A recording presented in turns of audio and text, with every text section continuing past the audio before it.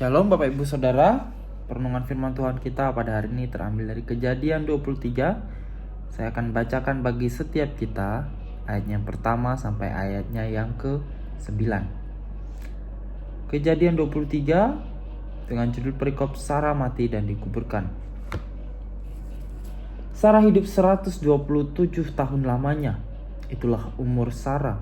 Kemudian matilah Sarah di Kiryat Arba, yaitu Hebron di tanah Kanaan. Lalu Abraham datang meratapi dan menangisinya. Sesudah itu Abraham bangkit dan meninggalkan istrinya yang mati itu, lalu berkata kepada Bani Het, "Aku ini orang asing dan pendatang di antara kamu.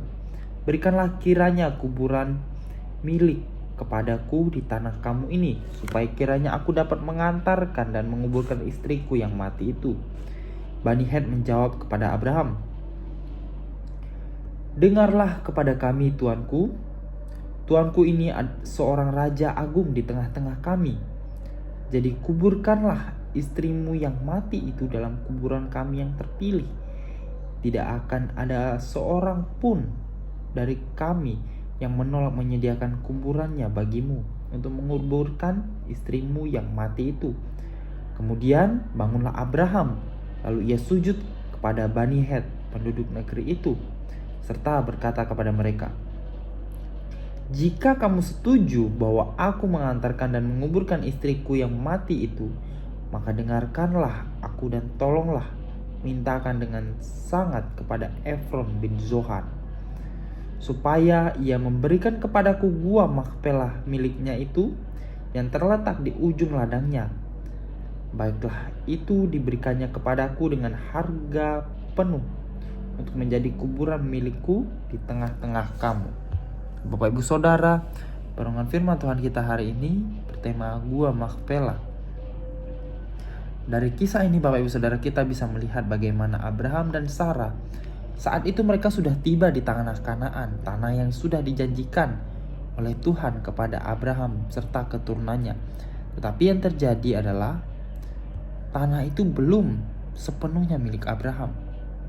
Abraham belum bisa mengatakan bahwa itu adalah tanah miliknya. Bahkan Bapak Ibu Saudara, kita bisa membaca barusan, kita melihat bahwa ketika Sarah meninggal, Abraham yang harus ia lakukan adalah dia harus membeli tanah untuk memakamkan istrinya. Dia harus membeli dari salah seorang orang Het itu. Nah, dan kita bisa melihat Bapak Ibu Saudara, tempat yang ia beli itu namanya Gua Makpelah. Di situ dikatakan gua ini dekat dengan Mamre, dan kita bisa melihat ini adalah satu wilayah di dalam tanah Kanaan. Nah, Bapak Ibu Saudara, kita bisa melihat dengan uang 400 shikal itu Abraham itu mendapatkan gua Makpelah itu, sekaligus mendapatkan juga ladangnya Bapak Ibu Saudara. Kalau kita melihat Bapak Ibu Saudara, di area itu adalah tanah pertama yang dimiliki oleh Abraham di tanah Kanaan. Namun Bapak Ibu Saudara, meskipun Abraham harus mengeluarkan biaya untuk mendapatkan itu tidak menjadi suatu penghalang bagi iman Abraham. Nah Bapak Ibu Saudara, kita bisa melihat bahwa keyakinan atau iman Abraham akan janji Tuhan itu tidak pudar sama sekali. Yang pertama kita lihat, iman Abraham terlihat dari tindakannya. Bagaimana ia membeli area Makpelah sebagai pemakaman keluarga. Seolah ia mau menyatakan bahwa di tanah itulah keluarganya atau keturunannya nanti akan tinggal, sebagaimana yang sudah Tuhan janjikan kepada Abraham. Kemudian yang kedua kita bisa melihat Bapak Ibu Saudara, bagaimana imannya Abraham ini terlihat dari bagaimana kehidupannya, bagaimana dia menjalani kehidupannya. Nah, kalau kita melihat dari ayat yang ke-6 Bapak Ibu Saudara, kita bisa melihat bagaimana pengakuan dari orang Het. Mereka mengatakan, "Tuanku ini adalah seorang raja agung di tengah-tengah kami." Nah Bapak Ibu Saudara, kita melihat kata raja agung ini dalam bahasa aslinya itu berarti bagaimana? Pemimpin yang daripada Allah, pemimpin yang diutus oleh Allah. Nah Bapak Ibu Saudara, pengakuan ini menunjukkan bagaimana sebuah penghargaan orang Het kepada Abraham. Karena Abraham itu bisa dikatakan memiliki kualitas kehidupan rohani atau iman yang baik dalam kehidupannya. Dan kemudian Bapak Ibu Saudara, kita melihat bagaimana Gua Makpela ini menjadi lokasi pemakaman bagi Abraham, Sarah, Ishak, Ribka, Yakub, dan juga Lea. Ini adalah hal yang menarik Bapak Ibu Saudara, bagaimana pada saat Yakub meninggal di Mesir akibat bencana kelaparan terjadi di Kanaan, ini tetap meminta agar tulang-tulangnya itu dimakamkan di Makpela sebagai tanah leluhurnya. Nah, kalau kita perhatikan Bapak Ibu Saudara, hal ini menunjukkan bahwa Abraham itu mengajarkan kepada anak-anaknya bagaimana untuk mengimani janji Tuhan mengenai tanah Kanaan. Bahwa janji Tuhan mengenai tanah perjanjian yang digenapi pada masa Daud. Dan selama kurun waktu yang sangat lama, kita bisa melihat Bapak Ibu Saudara, iman kepada Tuhan dan janjinya diajarkan secara terus turun-temurun kepada keturunan Abraham.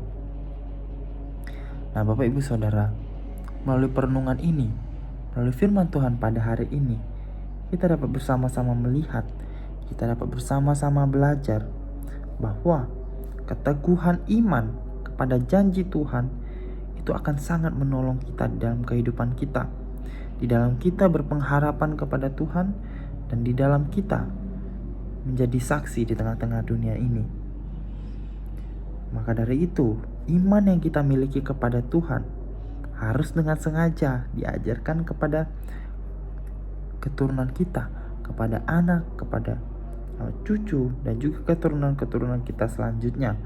Sehingga yang terjadi adalah nama Tuhan terus-menerus dipermuliakan dari generasi ke generasi. Demikian Bapak Ibu Saudara perenungan firman Tuhan kita. Mari bersama kita berdoa. Dalam surga mengucap syukur ya Bapa untuk firman Tuhan yang bersama dapat kami renungkan ya Bapa. Kami mau bersama-sama berdoa untuk iman setiap kami sebagai umat Kristen. Biarlah setiap kami dapat memiliki iman yang teguh dan iman yang setia kepada Engkau.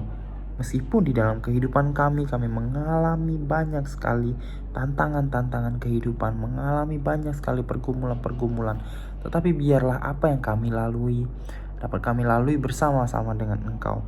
Kami juga berdoa ya Bapa, biarlah bangsa Indonesia boleh bagaimana menemukan iman yang daripadamu, bagaimana iman yang benar di dalam menjalani kehidupan. Kami berdoa untuk setiap pemimpin, bagaimana mereka dapat menemukan iman yang daripadamu, bagaimana mereka dapat menjalani kehidupan yang baik dan yang daripadamu ya Tuhan.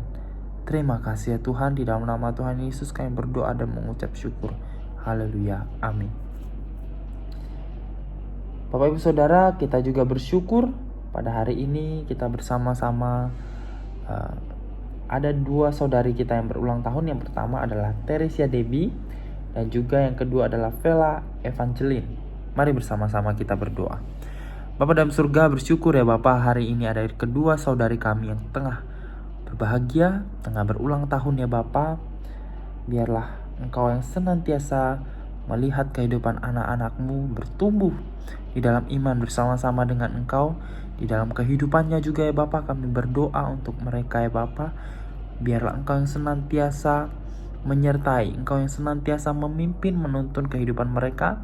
Biarlah mereka dapat menjadi anak-anak yang takut akan Tuhan, menjalani kehidupan mereka sesuai dengan tuntunan-Mu dalam kehidupan mereka ya Bapa.